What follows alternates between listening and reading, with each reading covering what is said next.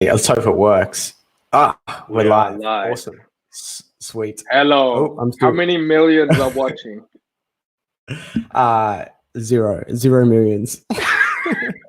No, that's actually a lie. We've got two guys that have been waiting for a while. Alvin Champion just said, "I'm still waiting so long." Sorry, Alvin. I had a call with Red Bull and it took longer than expected, but I'm here now. Awesome. How you been, man? I've been good. It's been nobody ever tells you, but if you have a baby, you have less time in your day. So I'm trying to. It's been difficult. Not difficult. It's been an interesting challenge figuring out what Emily and my day looks like now, and we're starting to figure it out. But it's good. Of course, we're quarantined, so there's been no gym sessions, but the weather has been great. So I've been training by myself a lot, and my body's feeling good. Yeah, good. How's your knee? How are you doing? I'm getting there. My knee's getting better, man. It's been a weird one, man. It was just bone bruising, which is not meant to be severe at all. Like no tendons, no nothing. And it's ended up being like 9 or 10 months now that I've been out of like being able to train. So totally don't know what happened, but like lost power in my legs, couldn't jump for like seriously, like jumping that far off the ground at one point was like hurting both my legs. Wow. So it was That's like this scary. Yeah, I think it was. I've got some pretty smart people around me who think in much different ways than I ever had about the human body, and I feel like I just overtrained, and it was like my parasympathetic system just like shutting down on me, or my adrenal glands or something, and my body was just telling me like, "Hey, man, you've been doing this stuff for like 15 years. It's time to just like slow down for a bit and take a break." So I did that, focused on some other training, and then sort of out of nowhere, my body just started being receptive again. So yeah, it's been an interesting one. But I'm like on the back end of that now. And only thing is it's going into winter here. It's fucking cold. You guys are probably going into summer over there. So you're getting that like glory time. Yeah. No, it's pretty good. It's pretty amazing now. It's like really good. The weather has been really good. I'm really excited actually to go out. Yeah. It's so funny whenever you haven't seen a parkour person in a while, you're always like, "How are you? How's your body feeling?" That's what it's like the second question. Well, it's definitely something we're going to talk about later on. I want to start by saying that I totally recognize, because I really want to, with the podcast, I like to try and, who I'm tailoring this at is maybe someone who's, in the, wanting to be a pro athlete or wanting to go down that path of creating parkour as sort of a career, which is why I'm so excited to have you on as well, because you're someone that's, sort of done that at one of the, highest levels within the sport so far. But I do just want to mention that I do recognize, I don't want to be tone deaf. I do recognize, COVID's going on in the world. There's a lot of people that are struggling. But I also feel like this is a great time to be planning and training and getting in, as you said, it's been a great time for you training solo. I don't know, how are restrictions going over there at the moment? For a while, you were always allowed to like go out and do some exercise by yourself. You weren't allowed to use any playgrounds, and in my neighborhood, a lot of the good spots are actually playgrounds, so I was a little bit restricted with that. And usually I have like a flow in my training. I'll do like 2 or 3 sessions that are more like leg heavy, doing more like flips or acrobatics or jumps. And then my legs and my lower body is really sore. And then I'll usually do some bar stuff. But all the bar stuff was completely closed because it's either playgrounds or calisthenics parks or it's in the gym. So I was just doing like tricks and legs, and then my legs were just so sore. But it's been I've been really doing more. Yeah, I've become a tricker during this time because the same thing, we're allowed in like parks, and my tricking's been progressing, and it's my right knee that's bad, not my left, and my left is my jumping leg for tricking, so it's been perfect. And my cork to corks are like almost there. Oh, sick. Yeah, but I think it's always whenever there's like a situation like that, like I've had like ankle injuries before, or I broke my arm once, and I always was just like, all right, what can I focus on, and like what can I train now that what can I still do, basically? Like, what's the, to recognize that limitation, and then to just think about, all right, but there's still stuff that I can do. What is that?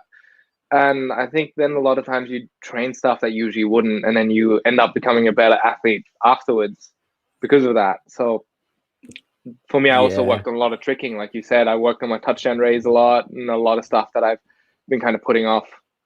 So I've Yeah, been that's enjoying something. it. Whenever I get injured, I always try and remind myself of that quote. Just like, it's pretty simple, but like, never waste an injury. And so, like, for a period of time last year, my legs weren't working, so I got really fucking good at handstands. Yeah, right. I feel like a lot of people, when they get injured, not so much in the parkour community. I think the parkour community is pretty good, but people from outside the community, I see them get injured and just completely stop training altogether and lose motivation. Like, man, we've got a whole body. There's a lot more than you can train than just that part that you've injured. It's hard. Like, But I totally get, like, if I hurt myself and I have like a legit injury, then sometimes you have like that week where you just pity yourself, and that's okay. Like, it sucks. And especially, we're the kind of people, we exercise, not we exercise because exercise is fun. And if you have an injury, that fun aspect, it's gone, and you got to find it again with a challenge that is maybe not as fun originally, but you got to kind of find the fun again, and that can be really hard. And sometimes you then do shit that's not fun. You're like, fuck, man, this is gonna suck now for a month. But if you find that goal, then you can make it work, I think. Yeah, for sure. The first thing I do want to touch on is, I feel like, there is one particular path that parkour athletes can go in this day and age, which is great, which is sort of like the competitive route, and we do see a few guys, like, for instance, like Ed Scott, who's just like training to be a competitive athlete, has a strength coach, and very much like his training is intentional. But I feel like there's still not a lot of information out there. If there was someone that's, say, like, 15, 16, and they're like, I want to win Red Bull one day. Like, I don't feel like there's a clear path or a lot of information. There's not, like, you can't go to YouTube and be like, how do I win Red Bull Art of Motion? Right? Like, that course hasn't been created yet. And like, for you, I mean, you won Art of Motion 2009, 2011, I think it was, Austria and Japan, Tokyo, right? Yeah, and second place 2 other times, and then second place in the World Freerun Champions. So I feel like if there's anyone that has an authority to talk about, what it takes to be world champion, it's probably you. Things have changed a little bit. There are some strength coaches you can go to, but what I'm really interested in, from your perspective, is, like, firstly, in that, take yourself back to like 20 or 18, 19-year-old Jason. Like, how did you train for those competitions? It obviously wasn't a fluke. You won more than once, and you were very competitive for many years. So, how did you prepare for that? And then, what was your mindset going into some of those competitions? Like, just give us the rundown of how Jason Paul did so well with your competitive career. I know that's a lot, but no, I think it's interesting. It's interesting because, in a way, I almost feel like I exploited or cheated my way a little bit, but not like because I actually cheated. It's because I did something that nobody else was doing back then, which I totally went down the flow route, because I really looked at the judging criteria. I actually got into the Barclay Card event. I had never competed. I actually told my dad, yo, I'm going to go to London to go to the World Championships of Parkour. And he was like, okay, cool. And like a week or two before, he was like in the car with me, and he said, you weren't honest with me about the London event and about the championships. And I'm like, what do you mean? I told you I'm going to the World Championships. He's like, yeah, but I thought you were going to watch. I didn't know you were going to compete. I'm like, of course I'm going to compete. He's like, well, we're going to come to watch. So my parents and my family came to watch. But that's like how it was. Not like I was an athlete that was like on the world stage doing anything crazy.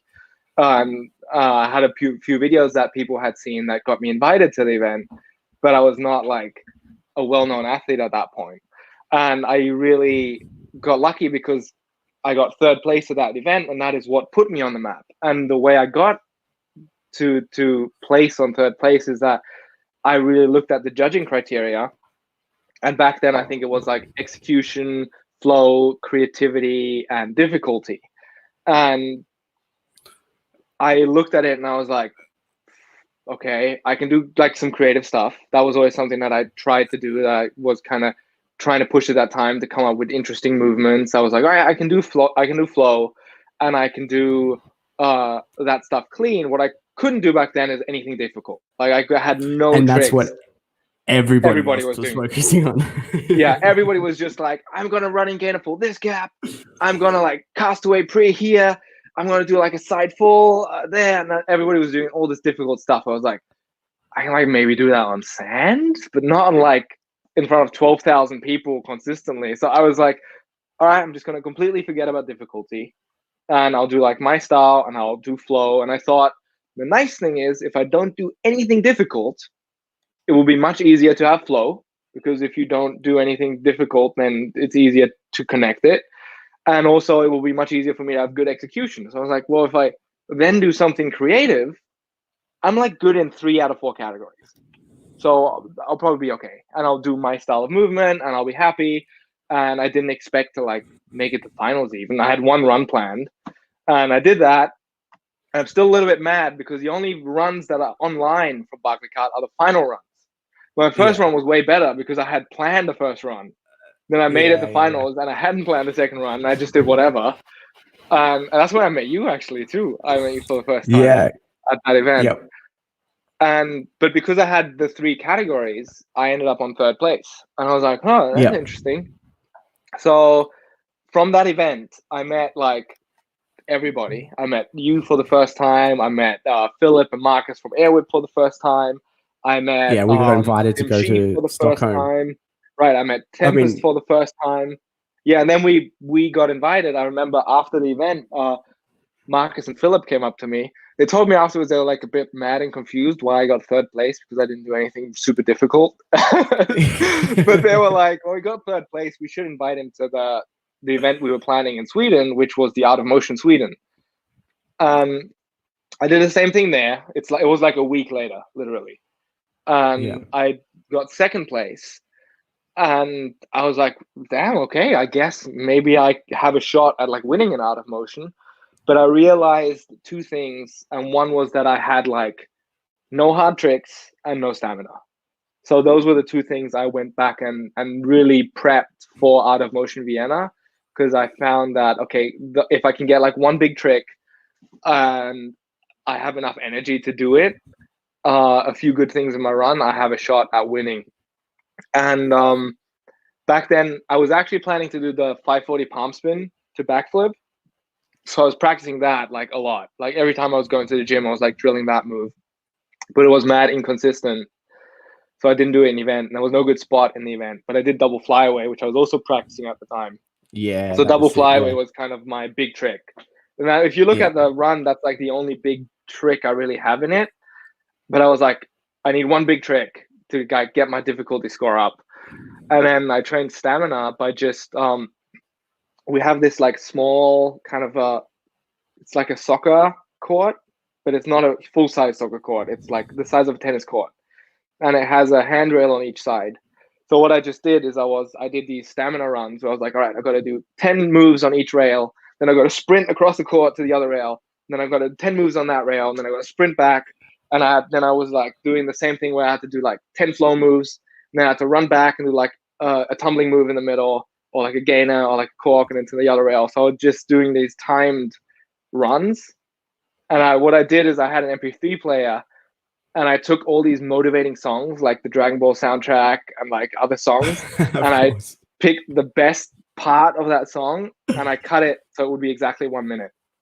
And then I would always like play that song, and I was like, I have to keep going till that 1 minute is up. And it would like destroy me, like stamina wise. But I think it really helped because, for one, if you want to compete in these events, you gotta practice to get your skills really consistent. But you also want to know what it's like to do them when you're really exhausted. because you'll get to the end of the run and you'll approach like a takeoff and you're like, fuck man, I'm exhausted. And then you got to know what it feels like to do a difficult trick in that state, because you might have to, right? Because you're like, if you're really tired, then you might, so say there's a precision jump, right? And when you take off, you're kind of like, to stick it, to land it perfectly, I need to do like 70% power. 70% of my max power will get me right where I want to be. But then if you're really exhausted, maybe it's like 90% of your max power in that situation will get you there. So you got to get a feeling for, if I'm this exhausted, how much power do I have? And how does that translate into a trick? So I was just practicing these tricks while I was exhausted too. And if you were me, you had to learn how to not fall off the stage. Yeah, you did a classic Shaun Wood. You fell off the stage at PARKOUR. I think I think the first 3 competitions I've competed on, I fell off the stage, bro. That's pretty good. Hey man, it was good fun. It was really so good what fun. I'm hearing there. So what I'm hearing there is like playing as smart as possible. There's 4 categories. If you're not the strongest in one of them, try and rack up points in 3. And I mean, this is pretty, I think people are starting to really figure that out. Would you say that there was any point in that, like the competitive career, where you like went, all right, I'm going to train like an athlete? Like obviously you were doing things that were kind of in that realm at all, but did you ever sort of like, did you ever have a coach? Did you ever go down that road, or you just did everything yourself? I never really focused that much on the contests. Like I always thought, like I really wasn't training. On one side, I was really trying to be smart with winning, because when I would plan my runs, I would think about like, I got to hit all the categories. But at the same time, I had this weird challenge in my head where I was like, if I did this trick in the previous comp, I don't want to do it in the next comp. Because that would be I didn't want to be repetitive, even though that makes no sense, because if you have a good trick, you should do it in every comp, because that's a smart thing to do. But for some reason, I had this challenge where like every comp I have to do something different. Then I did the Brazil comp. I went from the bottom of the course to the top of the course. I was just doing these things that really would not make it easy for me to win, but they just made it rewarding for me. I feel like your brain kind of works like that though, where you like very adverse to like repeating things, right? Like if you do something, you do it well, you're like, that's done. Like I want to try something new. Yeah, no, it's even if I walk a certain way down a street and then I realize I have to go back, I will go the longer way around, because I don't want to walk the same way back. I'd rather like have a different experience, even though it's not the long, even though it's inconvenient. Yeah. So I always was like, I'm just going to train to be like the best athlete I want to be. But for me, being the best athlete, I always wanted to be like versatile.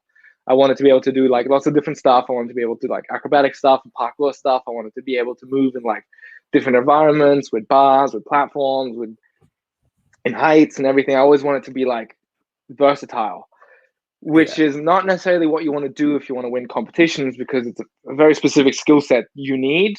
And it's better to become very consistent and good at like a few things. Like DK for me is like the prime example, where he's actually quite versatile, but he has definitely a much more narrow style. You rarely see him like do anything at height or any parkour, super technical challenges. Even though he's very capable, but he's not crazy versatile.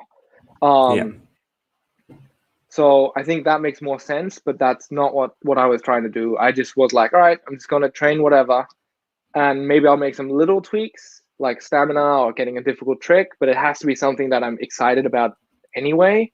But I will use the contest as like an extra motivation for me to get that trick or to get there. And then I just kind of went to the course, and I always wanted to find something like unique and interesting to do on the course. And back then that was, it was easier to win like that, because there was not as many people that had super crazy, consistent, difficult tricks. But now that has changed a lot. I think you need to be a lot more focused with your training if you want to win parkour contests. Yeah. Yeah. And so for me, like, you know, I'm edging up towards 15 years of training. And I think you'd be the same. I can never really remember if it's like 10 to 15 has been a blur. I don't actually know how long it is. I'm pretty sure it's close to 15 now. For me, I mean, like for you, as you're training, you know, I'm definitely thinking a lot now about how to train to last, right? Like, you know, this leg injury for me is really brought that, you know, made me realize that I'm going to need to look after my body a little bit better than I did when I was 22 years old. You know, there wasn't a lot of stretching going on for me when I was 22. That's for sure. You know, like for you, you know, has your change, especially obviously it's changed from being a competitive athlete. What's your focus now? Are you down that same sort of mindset, training to last? Like, I know I would like to be moving for another 20 years or so. How about yourself? You know, where are you at with your training now? I think it's a very similar development. Because maybe not because I think I've definitely, being a professional athlete, you always live with this thought in your head, like you're like, this is awesome, I'm doing what I love, it's awesome, it's so cool, but you'll always have this nagging thought like, all right, this is not going to last forever, or you could hurt yourself, or maybe one day you can't do it anymore. So I always kind of had this thought that like, all right, maybe I can go till I'm like 30 or like 35 and I'm 28. So and I thought, well, maybe by then I'm like excited to do something else. And even though I could imagine doing something else, I still think like I really love what I'm doing right now, and I would love to keep doing it as long as possible. And people always tell me like, oh, well, you know, you can't do this forever. And I'm like, well, Tony Hawk is still going. No, yeah. See that I definitely, as I was still kind of going. As I was edging up to 30, I definitely had when I was like, probably your age, 28, like I did have a moment of especially after my accident, I was like, you know, do I try and, you know, get in shape again? Do I try and push myself again? And I went, you know, at 28 from, you know, 6 months of no training, not being able to lift myself, back to the best form I'd ever been in, if not better. And then I started being exposed to some people in my life who were, you know, well into their 30s, into their 40s. There's a guy that I spend a lot of time watching his content online, Paul Check. I don't know if you've heard of him. He's like a holistic health coach. This guy's like 58 years old and still busts like one arm chin ups like this, like it's nothing. Both arms. Like it's unbelievable. And as I start and now like I'm 31 once again, and like my health right now is the best it's ever been. Like I was telling a friend today, like I haven't been sick I haven't had a sickness in a year, 2 years where I've actually woken up ill. Like I feel like I've finally intuitively learned what my body needs to eat from a diet standpoint, how to breathe properly, you know, some meditation. Like I feel the best I ever have. And outside of the leg problem, which I think was an isolated problem due to stress more than anything, I feel freaking great. And I don't feel less powerful than I did when I was 22. Sometimes it's a little harder to recover, that's for sure. But I definitely can. And then there's this guy that I was training, I've been teaching a lot for the last 2 years. And one of my students, you know, he's like 36, 37 years old. And the guy is powerful as fuck, you know? So I think there is definitely a way. And I think it's just being conscious about the body and aging and understanding that, maybe the body's not what it was when it was 22, but there's not a lot of, and there's some sacrifices that you may have to make. Maybe it's not, maybe I don't need to go out and try and keep up with Dom right now. Maybe that doesn't need to be my highest priority. Maybe nobody should. But and then I'm just being exposed to all these people who are just well into their 30s. I had a guy on my podcast the other day. He started movement training when he was 36, and now I can do like planche handstands from like, he was a fit guy, but no movement stuff whatsoever. And he's like still on the up and up and feels like he calls himself a spring chicken, you know? So yeah, I'm really excited. Like now that like empowered me, and I'm excited about my 30s, and and then there are other focuses that have come into my life, and I'm like, cool, I can keep Parker in my life and then also do this, you know? Like I'm really excited about sharing the journey, talking to you, sharing, you know, like adding value, and now that's exciting me. And so it's like every 4 or 5 years, the shift happens where I'm like, as you said, it's like, should I move on, and do I just go and focus on something creative, or just do photography, or just do marketing? And then like this new thing comes in, and parkour becomes just as attractive as it was when I was 16. You know, I don't know if you're experiencing the same sort of inspiration, but that's sort of where I'm at.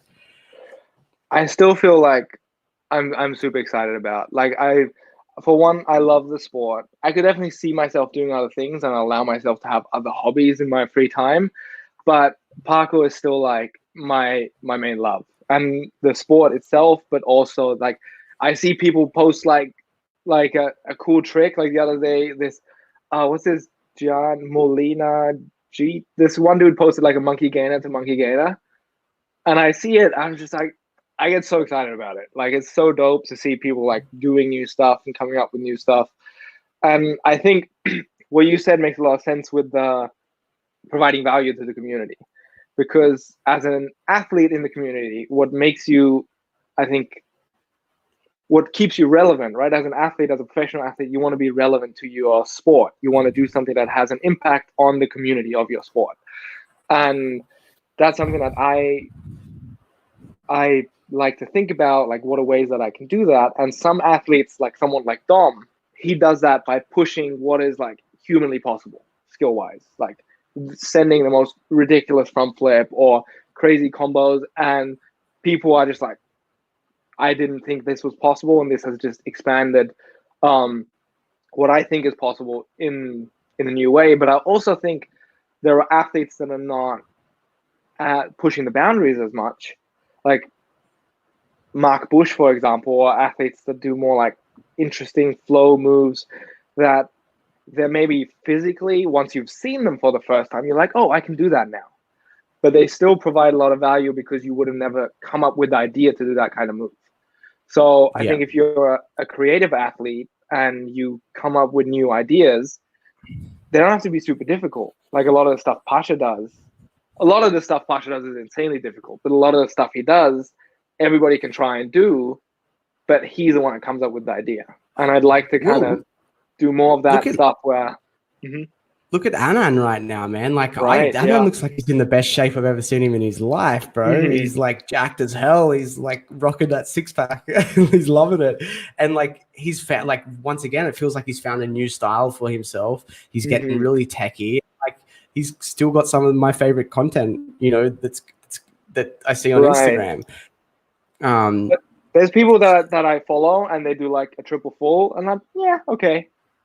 And like, because I've seen a triple full before, like my life does not change because this one other person now can also do a triple full. I'm like, of course I have respect for like the dedication and the work it took that person to do it, but it doesn't have an impact on my life. But if I see someone do something new, like a different idea, different concept, using a rail in a way I haven't seen it before, then that is something that excites me. And I think as long as I can find ways to do that, I can go to a spot and I can come up with movement that's unique to me, then I can still stay relevant to the community. And to do that, you don't have to be like, because you're not going to be as powerful. You're not going to recover as quick. You're not going to be able to do, like my physio told me, and a few years ago, and it's felt true to me, because he said, he said, Jason, you might still be able to do what you did when you were 20, but you won't be able to do it 5 days a week.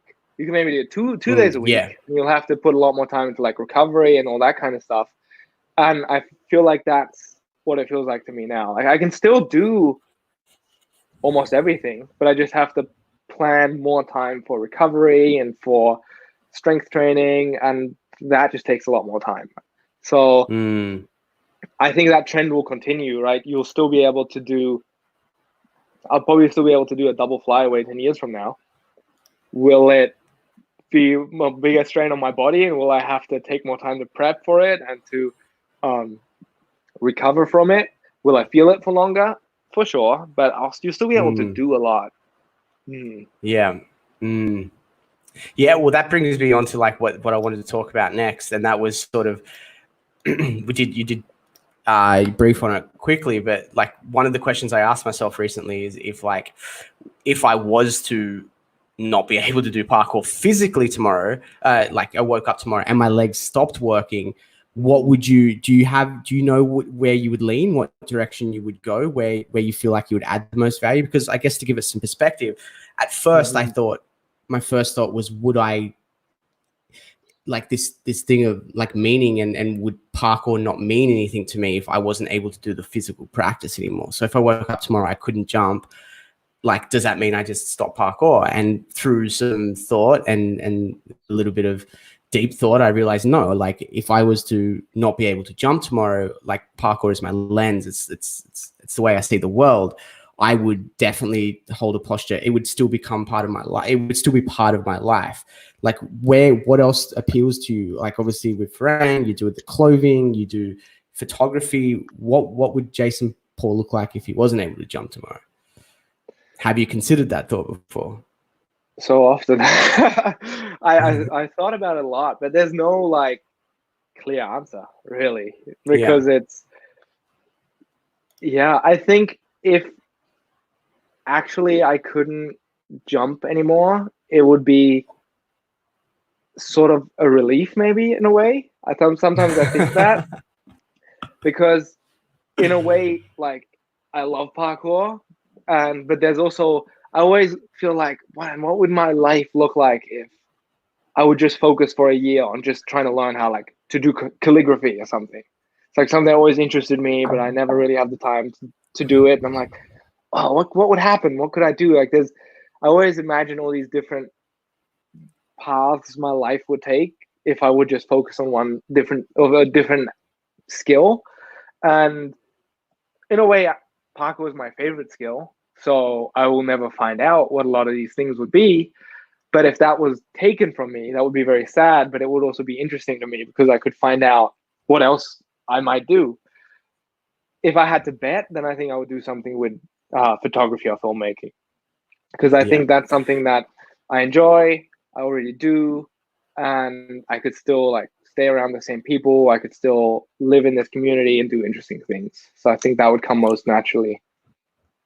Well, I feel like you're being a bit hard on yourself because you're a man of many talents anyway. And that's, that very smoothly transitions into sort of the main thing that I sort of wanted to talk to you about. And I guess, having known you for a very long time, one of the things that's always sort of been inspiring to have you around is watching you sort of, and something I feel like hasn't been one of my strong suits over the years, and something I'm definitely like working on, is your ability to sort of commit to something and just fucking make it happen, right? Like I've never really met anyone in my life that sort of, we'll just mention as well, if my camera turns off, my battery dies, so I'll just chuck a new one in there. So just, I haven't disappeared.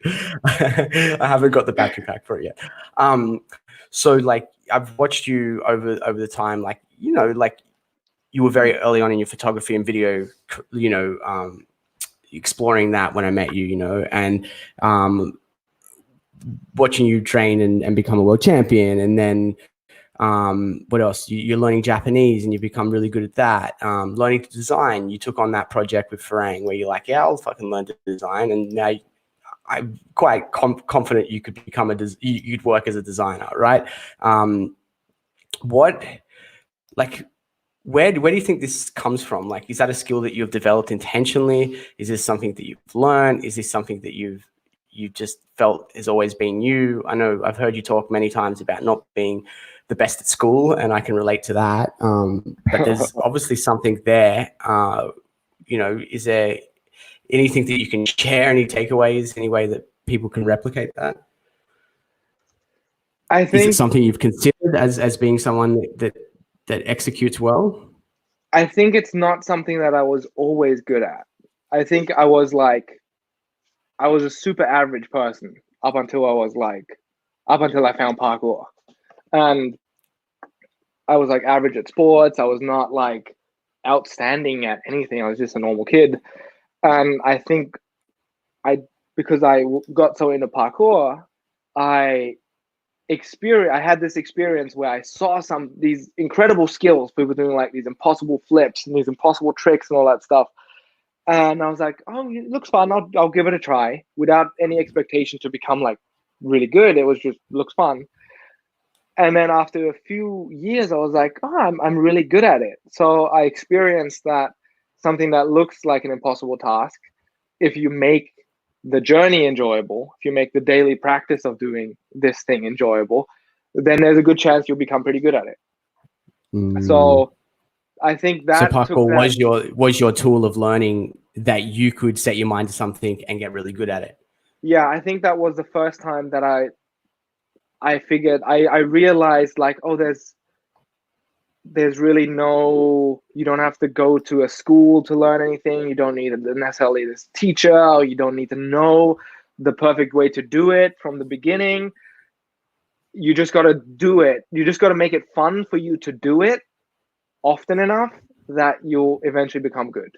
So I feel like if you can apply that to most things, maybe not becoming a surgeon, maybe then you want to go to school.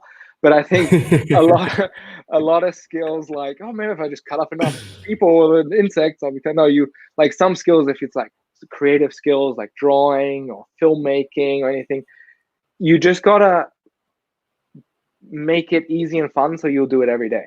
And you'll probably get better automatically. And it's okay if you don't know where you're going. Maybe it's even better if you don't know how the right way to do it. Maybe you don't know the proper way to draw, and that's why you'll come up with a completely new way to draw, which is like your style. So I think it's okay to not know where you're going, also to not have an expectation that you have to be good at it, that you just enjoy doing it. I think that's really important. Yeah, so I think I just realized that you can get pretty good at something doing parkour if you do it long enough. And I also think doing parkour, I realized how fucking long it takes to actually get good. Because if you do parkour, like, and you started, I was not especially fit. I didn't do any like acrobatics or any sport before that was similar in any way. You also realize how long it actually takes to get good at something.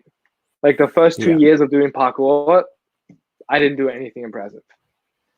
But then like once you hit a certain point, you're like, fuck, now I'm actually getting good. Well, it's very reflective of any skill building whatsoever, right? I mean, I'm sure you've read Mastery, Robert Greene, been down that rabbit hole. And yeah, I mean, very much that frustration period of not being very good can last a very long time.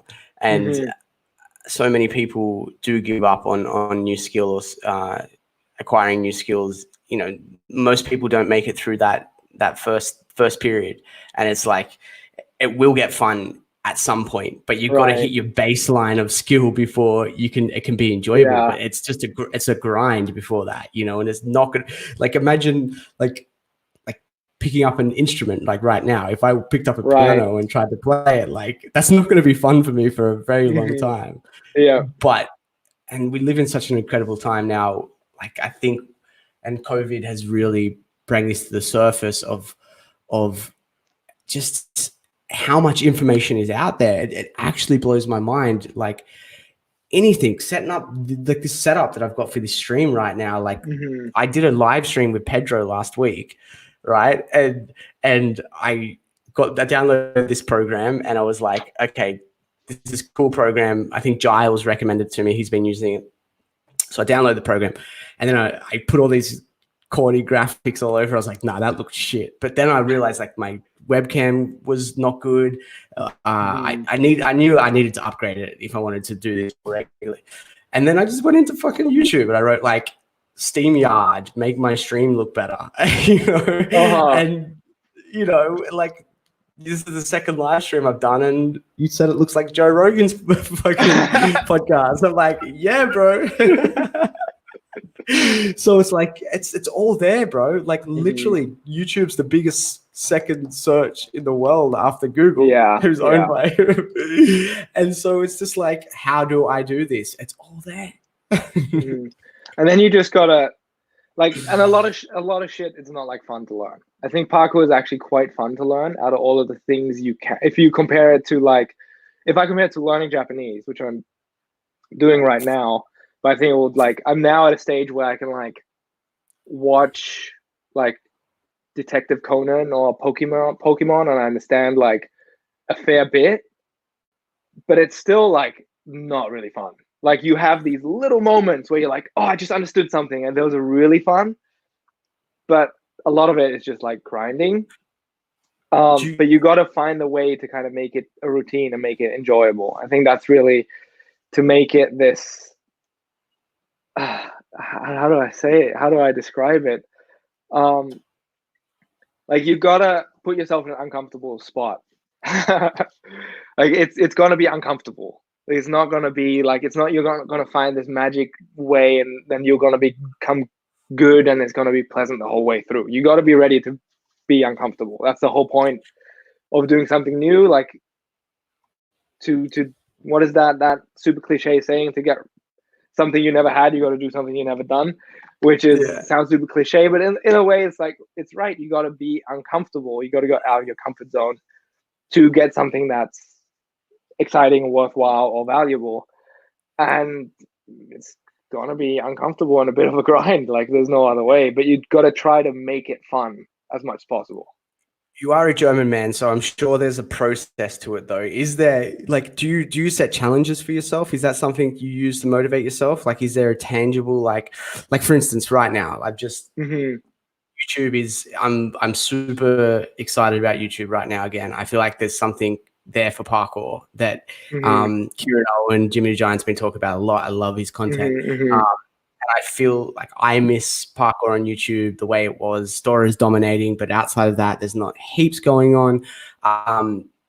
So like what I've realized, like I bought a new camera. I ended up with this Fuji. I didn't get the Sony that I was talking to you about. Just it was a bit cheaper. But and so like for me, I'm like, okay. And I think you came to mind when I thought about this. Like what I'm planning to do 1st of June is do like 30 for 30. I want to do 30 videos in 30 days. Totally out of character for me, right? It's like this will be the hardest challenge I've ever done. It's gonna be fucking rough. Yeah. But you're someone that's leaned into that sort of stuff, right? You've vlogged for fucking a very long time consistently.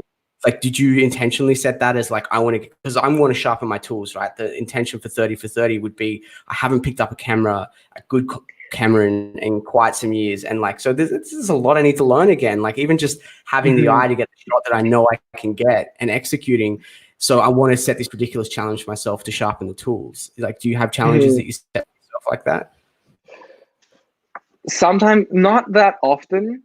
I did it for example, I think it makes a lot of sense, like to have a challenge like that. Like for the vlogs, I did it because I said, okay, I'm going to do 100 vlogs and then I'm going to decide to afterwards if I want to keep going or not. See, that's not a small task. That's not a small challenge. I didn't realize how ridiculous of a challenge it was. But the reason I did it was because what happens if you don't have a challenge like that, a lot of times you'll question yourself the whole time because there's a million things you could do, right?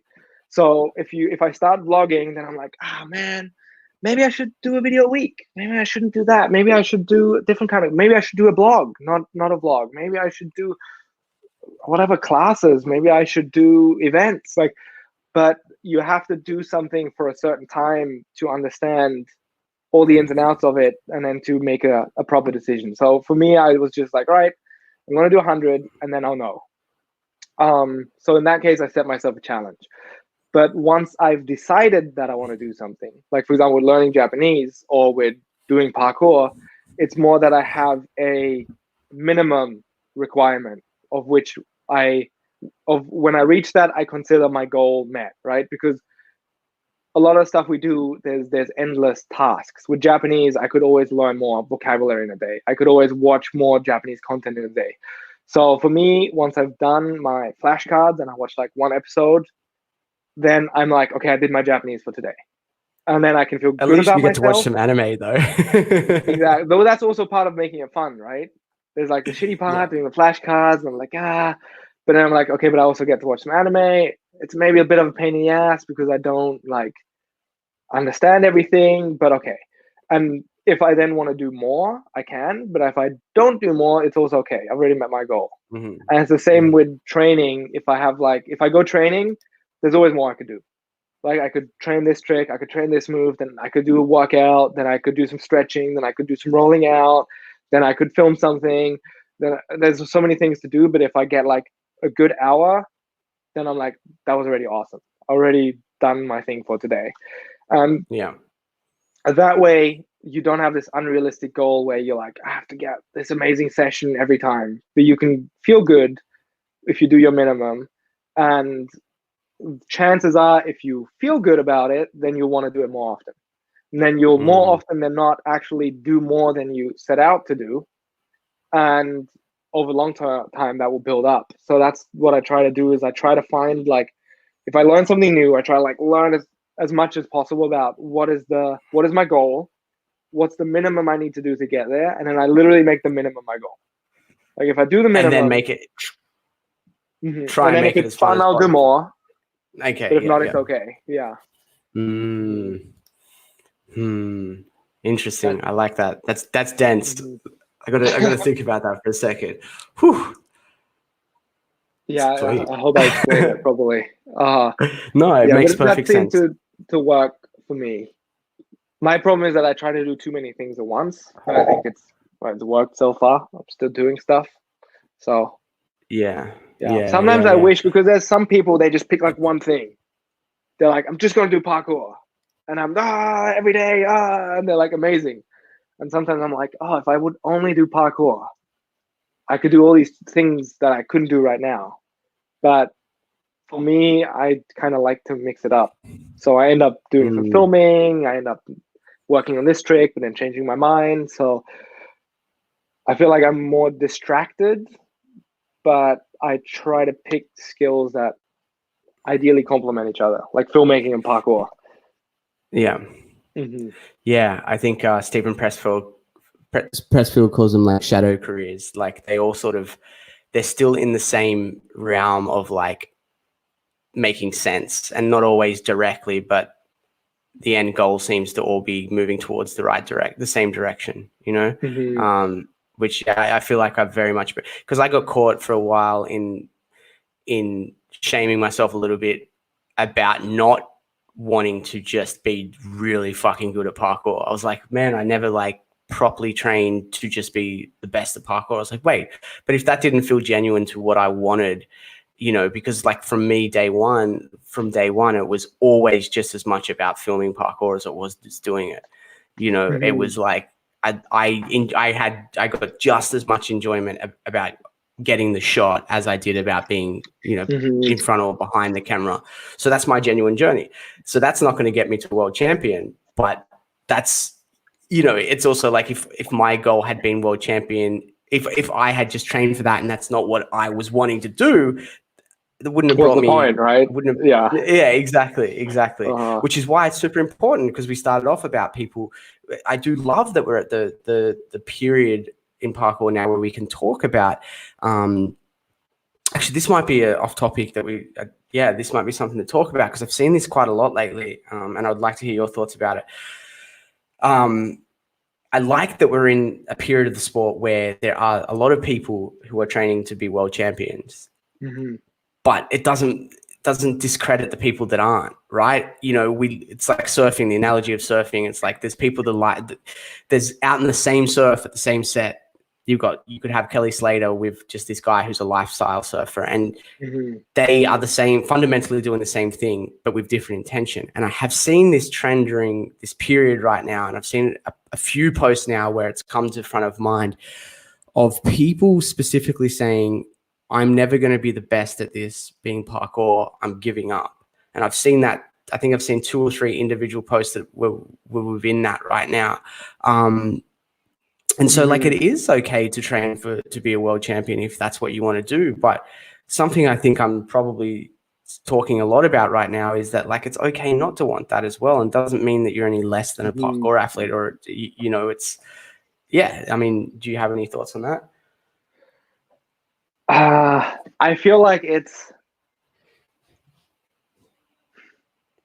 I think some people, they kind of, it reminds me of this comedian, Chris D'Elia. He has this skit where he says, like, when people watch a Hollywood movie, they all think they're the main character, right? If you watch like Terminator and Arnold Schwarzenegger does something cool, you're like, yeah, that's what I would have done. I would have like punched this guy in the face. Like, you were like living through the movie as if you're the main character, but really, you're not really the main character. 99% of the people are just like, doesn't mean you're less of a valuable person, but if your life, like, your life is not necessarily it's not going to play out like a movie. And I think for me, when I'm training for a contest, when I was training for a contest, in my head, I was constructing like a movie, right? I'm like, this is the final boss. It's like a very clear narrative where you're like, I'm the hero in this movie. This is my training montage right now that I'm living through. I'm going to train my ass off, and then I'm going to do this trick, and I'm going to win the contest. And you imagine how it's going to happen. Play through it so many times. So when I did it in my head, I'm the hero of that movie, and the hero has to win. But of course, that can only happen for one person. And I think I always understood that this is something that I was doing to myself, that I was like hypnotizing myself because it was motivating me. But it was actually okay for me not to win, because the challenge itself was making me stronger and better. And the main goal was still for me to just become a stronger, more capable, better person. And pretending I was in a movie helped me do that. But I think if you lose track of that, it can become a little bit strange once you don't become first, or you realize it's not quite in you, maybe because you have like limitations to yourself that maybe you won't become the world champion. So I think what's come up for me just then when I heard all that is my journey. And sure, I've been fortunate enough to compete in competitions as well. And like I thought about this yesterday, like anyone that's wanting to do that, like it's as good as you think it is. Going to Art of Motion and being on the athlete lineup, it's one of the best experiences of my life. And like absolutely chase that, like it's worth it. However, for me, I feel like a lot of my life lessons have come from, like, we're definitely not from competition. If anything, none of my life lessons came from competing. My life lessons and my growth has come from adversity or like my motorbike accident or my knee injury, you know. But however, the lesson has been where the lesson I've gained from that was in experiencing this and then rebuilding myself using parkour as a tool. And that's why I think, because for me, I felt like parkour has been there for me through so many things, good and bad, right? And so when I see these people wanting to let go of it because they're not going to be the best, I'm like, hey, hang on a second, you're missing half of it, because you don't have to be the best to be getting the value of what parkour can teach you. For me, it was like, hey, I'm at rock bottom. I can't use my body right now, but I know through training that if I set my mind to it, I can overcome this obstacle, being physical, and through that gain so much experience and just like learn so much about myself. And I truly believe that if parkour hadn't been in my life, this is subjective, it might not be for everyone, but I could have easily, after the accident, of just given up on everything, man. And people are checking out of this world left, right, and center at the moment. And I'm like, hey, we've got this incredible thing. You don't have to be the best. There's so much more there, you know? Yeah. But it's interesting what kind of mindset you have to be in if it's only worthwhile doing something if you're the best. It's like, that can be your mindset, but you're realizing there's a big gamble, because it's very unlikely to ever be the best at anything. Even when I won Art of Motion, I never felt like I was the best.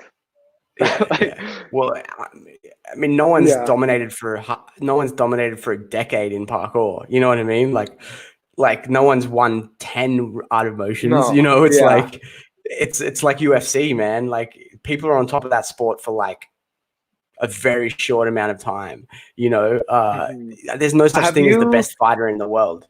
have you ever heard people talk about the kind of disappointment after winning Art of Motion because it's played up in your head as if like your life's going to change once you win it, and then you win it, Yeah, it I actually mean, doesn't? very Like, much. I mean, yeah, I could. Yeah, I can think of two people straight away that heard them say that out loud, and it's like, I mean, maybe one day it will change lives like that, but sorry guys, the sport's not quite there right now. You're not going to get that movie deal straight after Art of Motion. like you're right, it does definitely help. Like if you want to become a Yeah. sponsored athlete, if you want to become more well known in the parkour community, if you want to build your following, if you want to build your name as an athlete, winning Art of Motion is definitely going to be really good for that. But is it going to like change your life overnight if you win Art of Motion? No. Like you get a little bit of prize money, you get like a bit of an ego boost, you get like celebrated by the people in the community, but it's not going to turn you into like a pro athlete all of a sudden. You're not going to get like all these sponsor deals all of a sudden. Like it's like another step, but it's not like that crowning achievement and then you're sorted. But a lot of people feel that way. One piece of the puzzle at the moment, right? Yeah. Like it's yeah, which What is was very much funny something. back in the day, you remember how Art of Motion they had a partnership with Mini, so there was always a Mini on the stage. For some reason, all the Russian athletes, because they couldn't speak English, they thought if you win Art of Motion, you get a Mini. So they thought because I had won like one or two events, I had like 2 minis, and I was like sorted, and I could sell them and all that shit. And I was like, guys, I don't have a mini. They were like, what? I thought you get a mini. Yeah. So people have expectations like this is going to happen and then it's going to change my life forever, but that's not how I've seen it work. Like if someone becomes like well known, like someone like Dom, it's just grinding. It's like every day you got to do something. I think Dom set a new normal of what like the grind is within parkour. Like you know, it's, I mean, I couldn't. The thing that I think some people don't realize about Dom is that Dom's been doing what Dom's been doing for a lot longer than like nothing has changed with Dom. I met like, him 10 years ago. I like this year I've met Dom for 10 years. I met him 10 years ago. That's when you brought him to Thailand. Yeah. And back then we were all like, we give him 2 years before his body gives out. Back 10 years ago, we were like, yeah, I wouldn't bet on Dom being around for very long if he keeps jumping from that high onto concrete.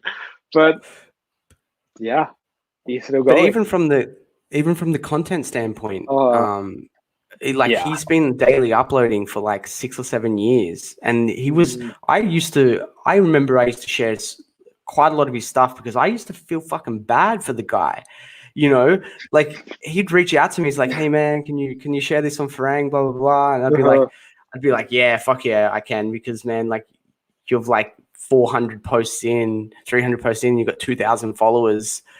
Like I'll give you all the fucking shout out I can get. You know what I mean? Like the grind with Dom was like he has been doing the same thing, and now he's got 1.2 million followers, and people see him with 1.2 million followers, and they go, oh, I want that. I want where Dom is now. It's like, well, are you willing to do that? Right. Like exactly. 7 years of the same thing. I remember, I'm sure you had some conversations with him with YouTube as well. Like I remember with 0 subscribers on YouTube, he was in Sweden in my fucking lounge room. And I said, bro, you were vlogging. And I was like, do this, you know, just do what you, I think I already said to him, do what you do on fucking Instagram. You've got clips, just put them together, put them there, maybe add some vlog to it. Man, the guy's like the most active parkour YouTuber as well. Yeah. You know, and it's like, that's the grind, man. Like, if you want that, once again, it doesn't have to be that, you know, like don't need to have 1.2 million followers to be good at parkour. But, you know, you just got to understand that if that's what you want, then it's not going to just happen. Yeah, exactly. Like you got to really look at, people are like, oh, this is the dream, like what that person's doing. And you're like, okay, have a really good look at what that person's doing. And then try to do that for a week. Like if you look at Dom and you're like, all right, I want to be a pro athlete like Dom or like Pasha or whoever you want to pick, Ed Scott, DK, Diddy, like I want to do what they're doing. I'm like, all right, just make a test and do that for a week. Like, I don't know, if take a week off from work, take a holiday, like when you have school holidays for a week, go like, all right, I'm going to pretend I'm Dom for a week. I'm going to try to upload a YouTube video at the end of this week. I'm going to edit it completely by myself. I'm going to film these clips. I'm going to post them all. I'm going to have a clip every day. I'm going to have a story of myself training every day. I'm going to try to make it interesting. I'm going to go out and do shit. Do that for a week and then see if you enjoyed it and see if you could go for another week. And then if you could do it for 2 weeks, then just keep going. And after 2 years, maybe you can see if it's working or not. And then, yeah, at least you've basically already tried to do it. And then at least you know if you have a chance of doing it or not. It's kind of the same as me doing the 100 vlogs. I was like, I might do 100 and then my 100th vlog might still get like 30 views. But it's crazy, man, because like, right? we've had these types of discussions for like over a decade, right? Like, and it's so crazy because YouTube, Instagram, TikTok, Snapchat, fucking LinkedIn, whatever, Facebook, anything, name it all. It's like, it is there these days. Like we had YouTube. I remember like for a significant amount of time, you not having Instagram. Like you were like, yeah, I don't fucking need I didn't have a Instagram. phone. Like, I didn't have a smartphone for the longest time. You made me get a smartphone. Yeah. And I guess I think the point I'm trying to make is like, it is the right time, right? Like, could you imagine if the tools were available now when we were starting out with the mind, like the pure passion we were living from at that point in time? It is such an exciting time to be online. It's so like, as I said, it excites me still. I just fucking spent $4,000 on a new camera because I'm like, man, I'm just 31. I've got so much to add. Like I've got shit that I can do, like it is. It's leveled the playing field, right? It has, like, I follow some dude from Africa now who did standing double back tuck. Yeah. Like he's posting to Instagram and I'm like, that's sick. I want to follow. Like there's no, like if you can get your hands on a phone and an internet connection, there's nothing you can't learn almost. And like you can put everything out there as well so you can get recognized. And I'm always so interested because people are like, give me a shout out. I want more people to see it. But the parkour ecosystem, I feel like is doing a really good job on Instagram for people that don't have many followers, but that do sick action to be recognized. Like so many times, some dude, I don't know who will send me a clip. Like it could be, you could send me something on WhatsApp. It could be posted in a group somewhere, but I'll end up on these clips of some kid doing like an insane run. It's got like 600 views, but out of those 600 views, it's like liked by DK. It has a comment from Stas. It's like shared by someone else that is like a popular, like Joe Scandred commented on it. I'm like, if you do sick shit, like people are gonna see it. Yeah. It just, you just got to keep doing it for it to add up. Yeah. Yeah. Yeah, man. There's a lot there. I think the last thing, like, to just brief on, because it's sort of, once again, it's one path, right? Like the content. Once again, it's just another path that you could take. There is so many these days, right. But just creativity, like bringing things to the sport, man. Like look at Kieran, like what he's just done, and he's very much taken a type of content that's been popular on the internet for a while, the docu-series type stuff, and he's brought it to parkour. And, like he's had more growth in his YouTube that Marrero had for like 5-6 years, like fucking 2 months, 3 months. I know that you're somebody that's always spoken a lot about, and I talk about a lot as well, like bringing in outside. There's other ways to make an impact within this sport. I mean, it's debatable. It's the same with like my parkour career in general. It's like I've never been the best athlete. I'm so aware of that. But I've people know my name. I've been around. I've made something of it without having to be the best, right? And something that I very much love is when I see people bringing in outside influences and creating something new. What's inspired you over the years? Who have been your influences over the years? I know Arnold Schwarzenegger, for instance, from a mindset standpoint, or from photography. I used to have a few Terry Richardson books lying around, and what sort of stuff do you like to bring in and sprinkle and create something new for Jason Paul? It's honestly like I used to watch a lot more different stuff and look into creative stuff, but the last few years I've done so little of it because I kind of made it a rule because I was like, I want to learn Japanese.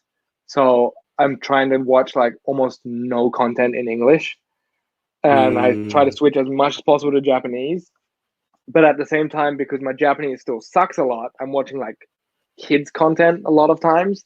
So my life, the kind of this crazy creative inspiration that I would give myself a lot more has been, I've kind of taken it out a bit more. I still, if I want to have like some creative juices going, I try to watch Vimeo. I think that's always really interesting. I like their staff picks. Like I just go to the front page and I watch that. But I think what always were the best ideas for me is when I thought like, oh, wouldn't it be sick if someone would do that? Like I always thought, or if I was like, man, there's really no video showing this aspect of the sport, or I wish, like if people message me and they're like, Jason, you should collaborate with this dude and make this kind of video. I'm like, do it. Like you do it. Like so many people are like, you should go and do this. Oh, wouldn't it be sick if Storo went here? I'm like, wouldn't it be sick if you went there? So I think a lot of that stuff where I think a lot of people are waiting for someone else to do it. And I think that's when you got to be like, well, I guess I'll just do it. And maybe you'll do a shitty job at it at first, but you'll get better. I think that's what we did with Farang in the beginning is like everybody was doing like action edits. And we were like, well, one of the main things that we like about parkour is like the lifestyle and the community and the travel and all these fun things that we get to do that are in the periphery of doing parkour, but not like the main thing. So let's show that stuff. And people were really like, oh, sick. But that's really dope. And it was really successful. And it was just because we felt like, wouldn't it be nice if someone did that? And then we waited and we were like, nobody's doing it. I guess we got to do it ourselves. Yeah. So I think that's been the biggest source of inspiration for me is when I wish somebody else would do something, I'm like, fuck, man. I guess I got to do it. Nobody else is going to do it for me. Yeah. And the weird thing is, if then somebody else does it, I'm getting like a little bit jealous and mad. Like, I should have done it. They did it and it was good. Why didn't I do it? Definitely experienced that. Yeah. I thought about it for 3 years that someone should do it. Then they did it. Hey, man. That's why we're live right here. I literally on one of my podcasts the other day was like, one of the biggest opportunities in parkour is live streaming. And you're like, why am I not live streaming? Why am I not doing it? Oh, yeah. So we'll just go through here. There's been a few comments. We'll see if there's anything that's relevant. Mental athletes. Shaun, can I ask you what changed in your life to make you deal with your injuries to feel better? Oh, I can see comments. Okay. Yeah, I would say for me, a lot of self-reflection and some books that I read. One of them is The Obstacle is the Way by Ryan Holiday. Changed a lot of things for me. Definitely took me out of a victim mindset and put me in a thinking in possibility and opportunity in the things, my accident and getting over that, which it's all Stoic principles, which I personally believe Stoicism has a lot of correlation with parkour in general. That's definitely a dream guest of mine for my podcast would be Ryan Holiday, to have that discussion with him. Just putting it out there. Yeah, that's what changed for me. Yeah, that mind stuff. We Jumped the World. How's your video going? Well, you got to Are ask you editing Anand. it? He's doing it. I'm working on like a little Okay. different creative edit right now. Anand's doing We Jump the Mm, World. He's been a bit slow, but I've also been slow on it- my edit. So we haven't uploaded anything on Farang in like so long. It's so bad. Um, yeah, I've noticed. but but I think I didn't notice anything I didn't there. notice.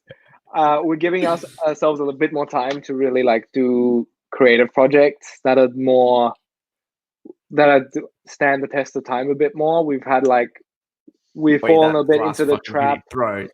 bro. If you put one every 3 months, that was of the quality of that last fucking banger.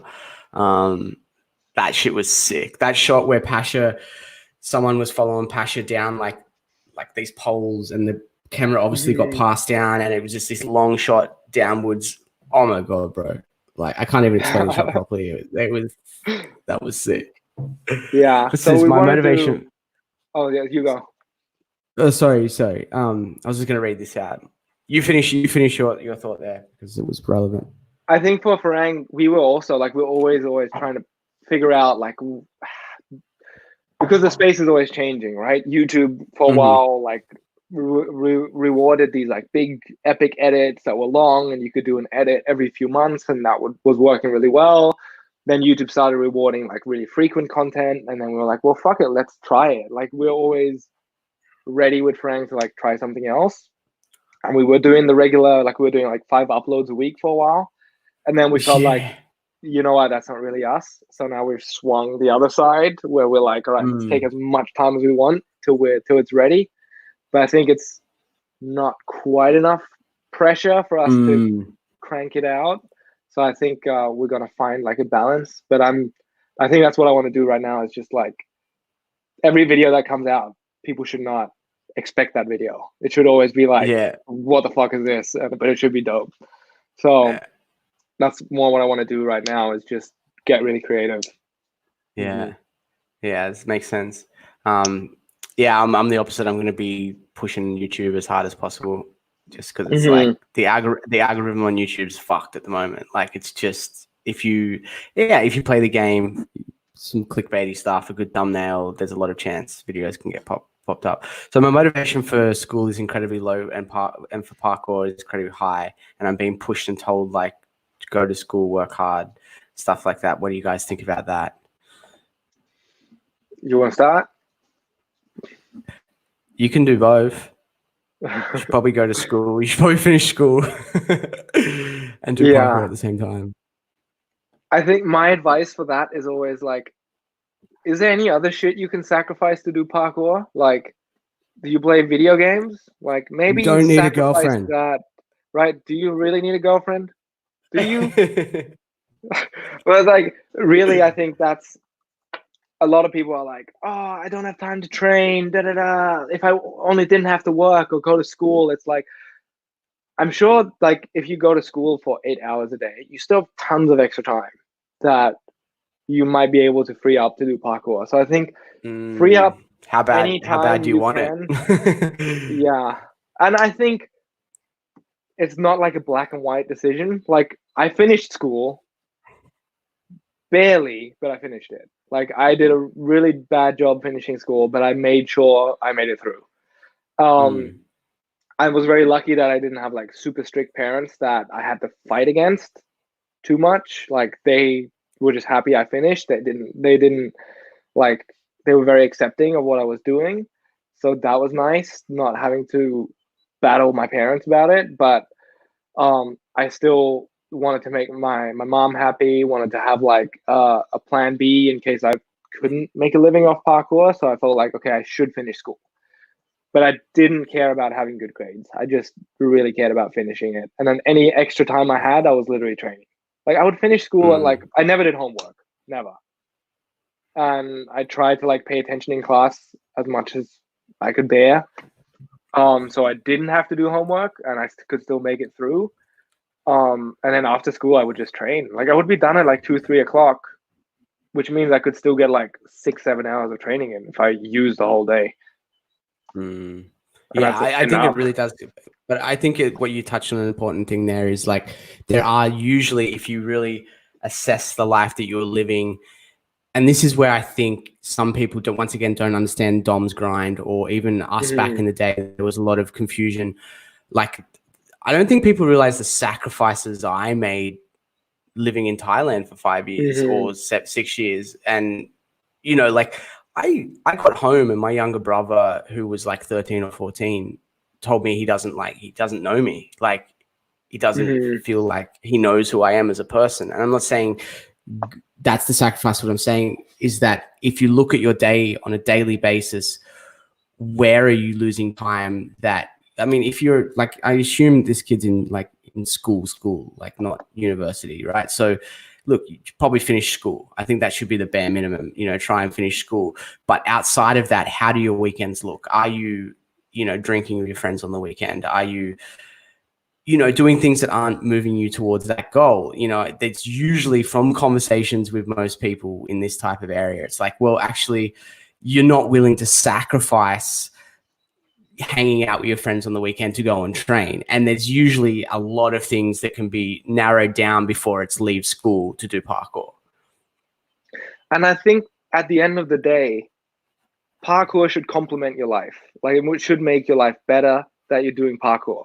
Overall, yes, you enjoy doing parkour, but if you do parkour so much that you neglect every other part of your life and it makes you an unhappy person in the long run, I don't think that makes sense. Like, it's difficult to have a sustainable life as a parkour athlete or making a career in parkour.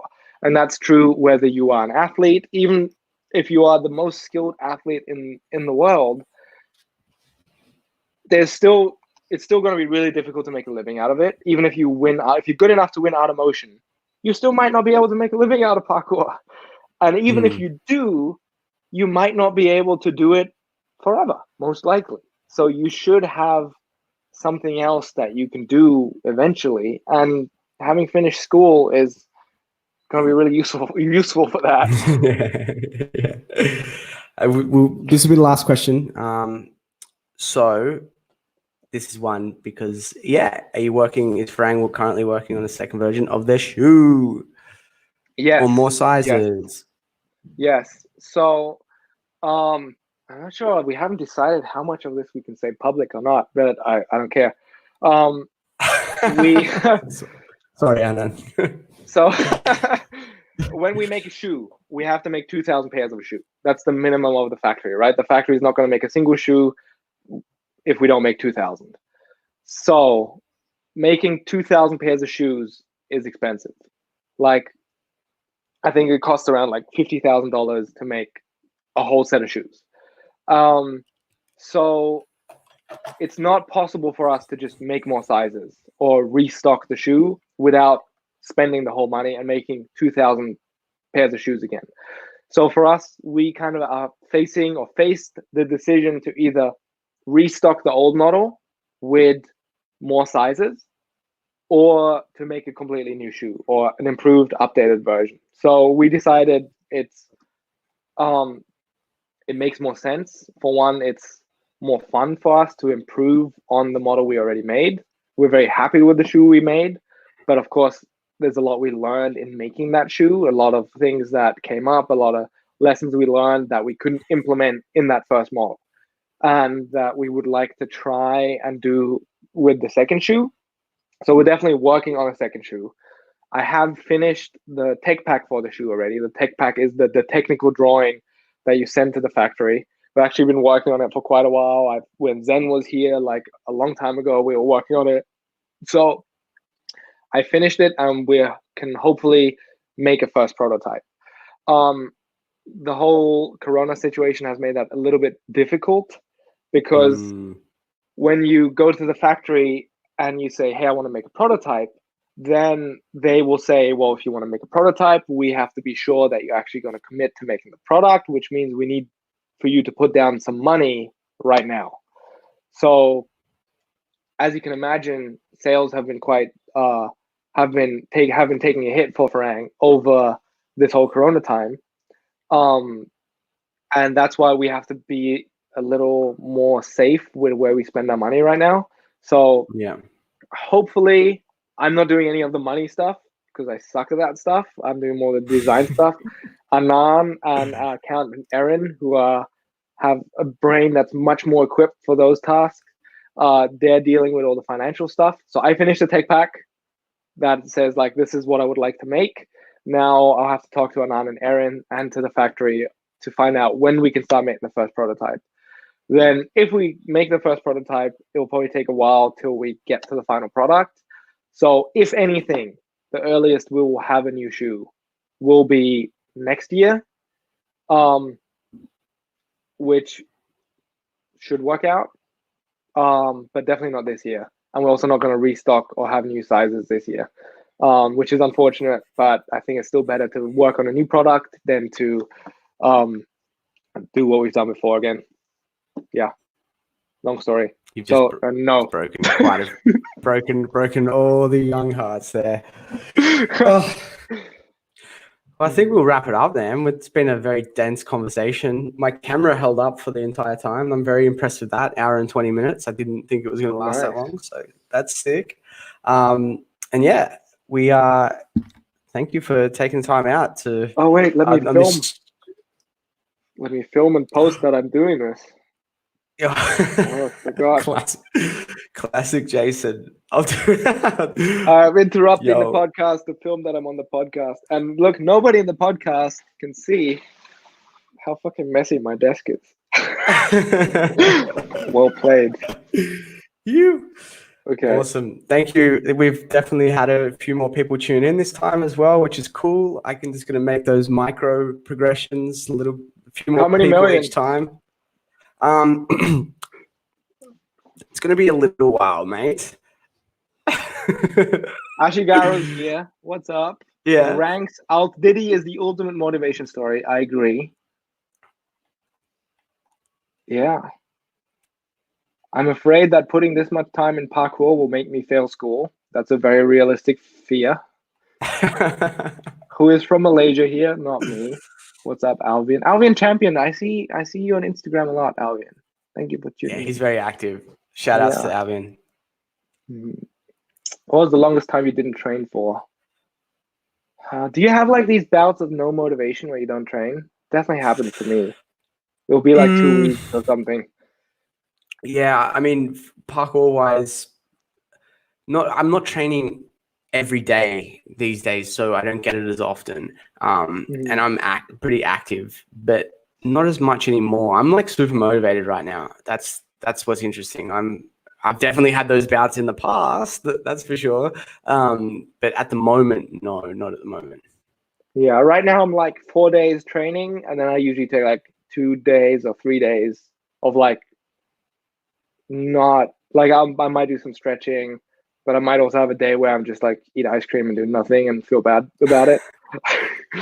But I've been pretty regular. But every now and then, like a few times a year, I'll have like 2 weeks where I do jack shit, and it's awesome. Bro, I think that's totally fine. I think your body it's probably your body saying, hey, Jason, slow the fuck down. That's what I tell myself, and I get fat for 2 or 3 weeks. It's good. That's all good. I recommend it. You're jacked right now. You're in good shape. Right now. Yeah. See how long eat ice cream. Yeah. All right, guys. Awesome. Thank you for tuning into the podcast. And Shaun Wood podcast. But I can never get this right. Thank you for tuning in. Live streams going to be happening regularly. Thank you for watching and listening. Thank you, Jason. You rock. Thank you. Bye.